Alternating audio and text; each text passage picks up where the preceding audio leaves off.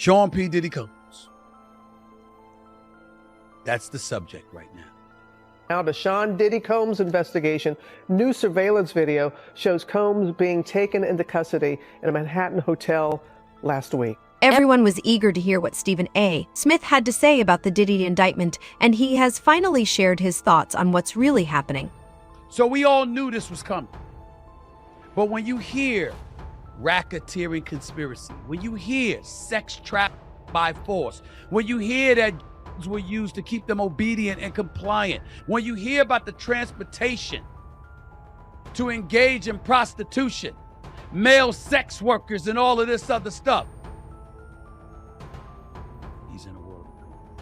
Stephen isn't holding back. He's a well-connected figure who understands the implications for anyone even remotely involved in the conspiracy and sex trafficking allegations against Diddy. Many are now speculating that Stephen A. Smith may be hinting at Jay-Z being the next to face scrutiny due to his close association with Diddy. I got news for you. It's gotten very, very scary. If it were just him, it would be sad. It would be very unfortunate. But I use the word scary because I get the impression, to put it kindly, that his life ain't the only life that's gonna be affected. That they ain't after him just to get him. Stephen also hinted at the possibility that many individuals might come forward to expose Diddy's shocking crimes, including figures like Suge Knight. Remember what Suge Knight said? Y'all remember that? When Suge Knight said he was in a world of trouble? Because Suge Knight said, listen, he knows a lot. And so you're looking at a potential situation where it could arguably mirror that of Jeffrey Epstein. Remember him? But this raises the question, how will Diddy protect himself? The most obvious strategy could be for him to reveal incriminating information about several people who were once close to him. One name that has historically been associated with Diddy is Jay-Z. In fact, Jaguar Wright believes that it was Jay-Z who wanted Diddy put away in the first place, arguing that Diddy had too much dirt on him. Why does it all come to a head now? Why now? Why? Because he's the acceptable monster at this time, like R. Kelly was the last time I sat on this couch. So who's next? Y'all don't see the lineup? Yeah, we see the lineup. I'm just waiting to see who's next. Jay-Z is setting Diddy up. Diddy has most certainly been set up. The charges against him are nothing short of monstrous. The indictment alleges that between at least 2008 and the present, Combs threatened and coerced victims to fulfill his sexual desires, protect his reputation, and conceal his conduct. As alleged in the indictment, to carry out this conduct, Sean Combs led and participated in a racketeering conspiracy that used the business empire he controlled to carry out criminal activity, including sex trafficking, forced labor, kidnapping, arson, bribery, and the obstruction of justice. Let me say a little bit more about the charges. The indictment alleges that Combs exploited women and other people for years, and in a variety of ways. As alleged, Combs used force, threats of force, and coercion to cause victims to engage in extended sexual performances with male commercial sex workers, some of whom he transported or caused to be transported over state lines. Combs allegedly planned and controlled the sex performances, which he called freak-offs, and he often electronically recorded them. The freak-offs sometimes lasted days at a time, involved multiple commercial sex workers, and often involved a variety of narcotics, such as ketamine, and GHB, which Combs distributed to the victims to keep them obedient and compliant. As alleged, when Combs didn't get his way, he was violent, and he subjected victims to physical, emotional, and verbal abuse so that they would participate in the freak-offs. Now, Diddy has a lot of dirt on many people, leading to speculation that those in power may not allow him to make it out of prison or even reach a courtroom to negotiate a plea deal. It seems Diddy is now at a high risk of severe consequences. And we have the latest on Sean Diddy Combs' investigation as the hip-hop star fights racketeering conspiracy, sex trafficking, and prostitution charges. Well, investigators now working to determine who his co-conspirators were and whether they should be charged as well. TMZ is also reporting Diddy was placed on suicide watch at the detention center that he's being held at in New York. But his lawyer is saying he's not suicidal. This is just routine for high-profile inmates. But is that really the truth? Would Diddy truly consider taking his own life? Some, like Gene Deal. But you knowing Diddy personally, do you think it's possible he might take his life? It takes a certain individual to prepare himself to do a lot of years in jail. From the lifestyle that he had, I'm not saying that he can't. I just don't see him able to do time behind bars. Maybe if he'd be in a camp type situation, that's a possibility. But based on the lifestyle and what he's done and what he's accomplished, if he had to go behind those bars for a lot of years, I think that he may commit suicide. He'd do an Epstein. The thing is, even Epstein didn't technically take his own life. His own family believes he was murdered. I knew my brother wasn't a flight risk and he's my brother. I didn't care. And then bail was denied, which is why he was in jail. And then they were going to appeal the decision for bail. And Jeffrey was putting up a pretty big bail. And they asked me for the appeal if I would guarantee his bail. And I agreed, in essence, doubling it. So there was a chance he might have gotten bail. And that hearing was scheduled in, I think, for the 12th, in a couple of days. So then I'm thinking, if he was going to kill himself, wouldn't he wait to after the bail hearing? Yeah, because if he got bail, he'd be living in his house with an ankle monitor and armed guards and cameras, so he wouldn't disappear anywhere. Not that I thought he would try. And then if bail was denied again, then it would be a more compelling argument for him to kill himself if he wanted to. But a few days before the bail hearing makes no sense at all. So do you have a theory as to what happened here? Because, there's a lot of speculation, there's a lot of conspiracy theories, there's a lot of innuendo. Do you have a theory as to what happened here? Yes, my theory is that this was a targeted assassination. I believe somebody was planted on that tier as an inmate because the Justice Department regularly plants people in prisons, either for, to put snitches in to get information from prisoners, or to put undercover agents in to build a backstory. So the Justice Department can't plant people in the prison. So I believe, and I had been told early in the game that cell doors were left unlocked that night on the tier. I don't know how many or whose, but I've been trying to find out what other prisoners were on the tier that night. There was only 11 or 12 prisoners on that tier. So it's not like we're looking through thousands of people. And I would like to know who they were, when did they get there? Because if somebody was on the tier for 6 months already, he obviously was not a plant. And then after the death, a lot of prisoners were transferred off of that ward. So I'd like to find out who was on that tier, they got there, and where are they now? Do they actually exist? So I guess the counter argument to that would be is if someone really wanted to kill Jeffrey Epstein, right? They had to assume he was about to talk and give information about some, high-profile people. Otherwise, what would be the incentive to kill him? This now seems to be unfolding in the Diddy case for a number of reasons. While Usher hasn't been accused of any crimes, his friendship with Diddy has sparked online rumors.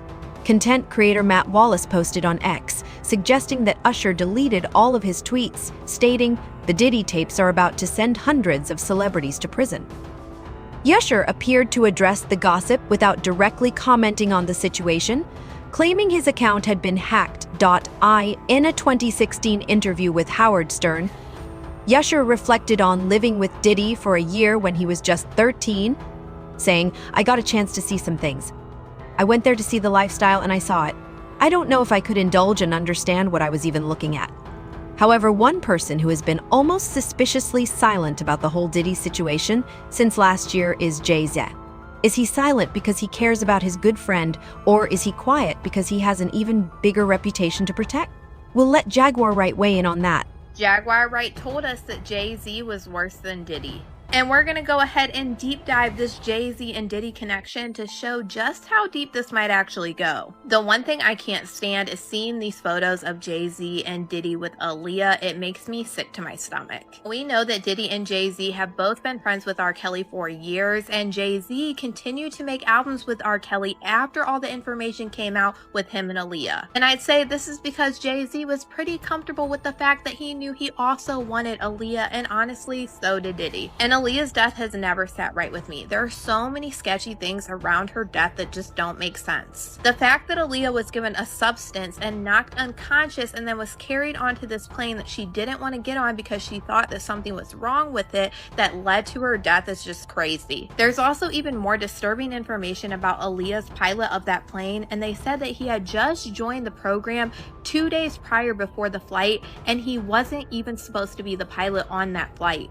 Aaliyah was sitting in a taxi as her team and the flight crew argued nearby about whether or not to take off, and she complained of having a headache. Now, reportedly, a baggage handler nearby said that someone from her entourage gave her a pill. She took the pill, and that right after, she fell into a very deep sleep. So deep, in fact, that she was carried onto the airplane still asleep and may not have even been aware that she was on the airplane. That's right. What they're discussing here is Aaliyah's unfortunate death.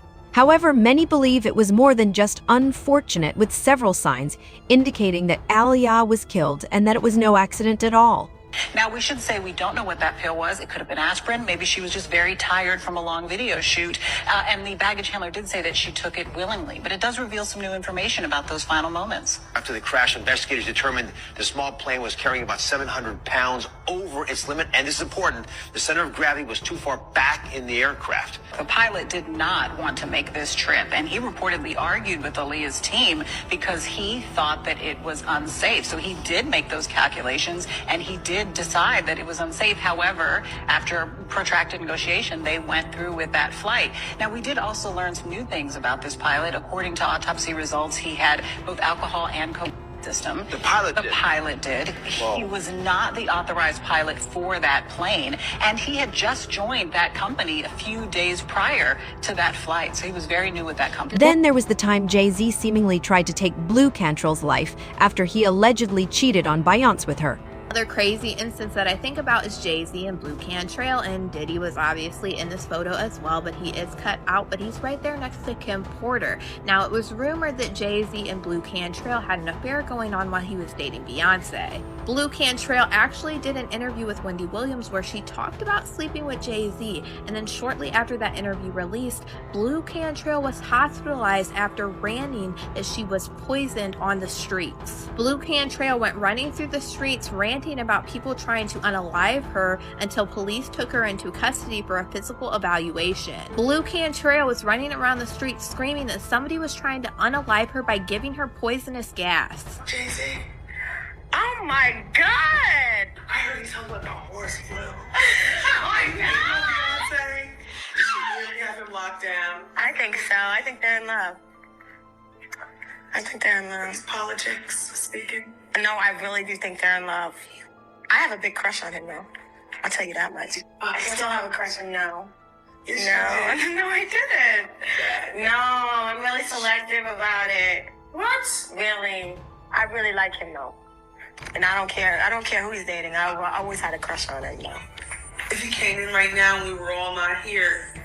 What? I'm just saying. You're in New York. Yeah, okay. And what? If you ran into him and everything was right, would you make that play? I wouldn't turn it down. But perhaps the most striking and horrifying allegation against Jay-Z's is the claim that he allegedly dated and slept with an underage Foxy Brown. Another time that I think about is when Jay-Z was allegedly dating an underage Foxy Brown.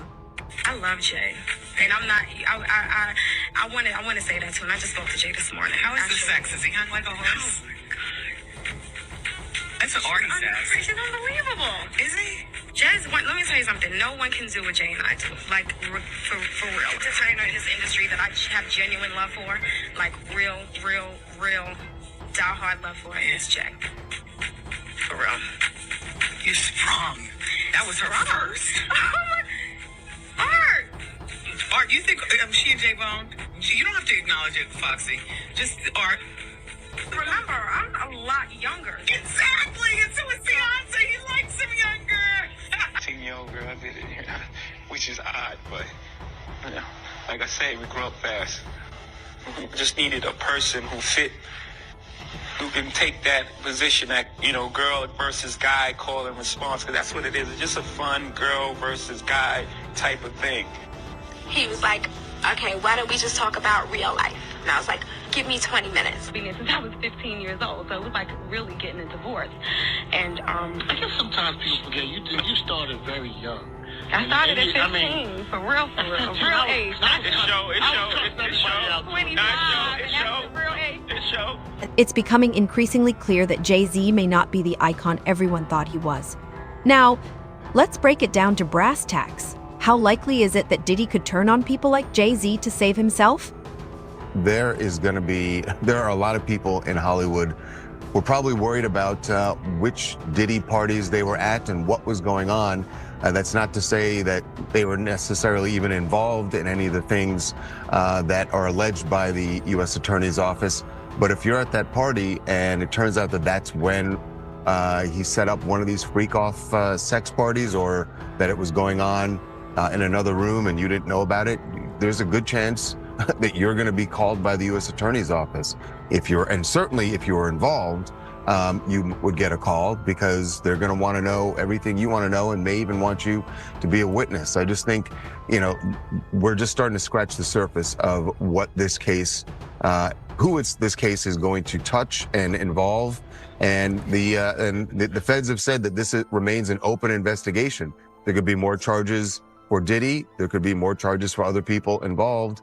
And usually the way this works is once they find out other people are involved or were witnesses, they bring them in and they sort of lean on them, and it's sort of like, you're going to cooperate with us, or there's a possibility that you could face charges. So this is going to be a slow developing a case here, because we're just getting started, and I don't see how this trial begins anytime before next year. These parties had a lot of individuals. In fact, the U.S. Attorney's Office says that the parties would sometimes go on for days. So there are a lot of individuals involved, and they say this has been going on for more than 10 years, and yet we didn't hear about that. So that means that all the people that were involved, according to the feds, that he managed to keep them all quiet, that nobody would speak about it. And that does sort of speak to the kind of power he wielded and the fear that people had of him.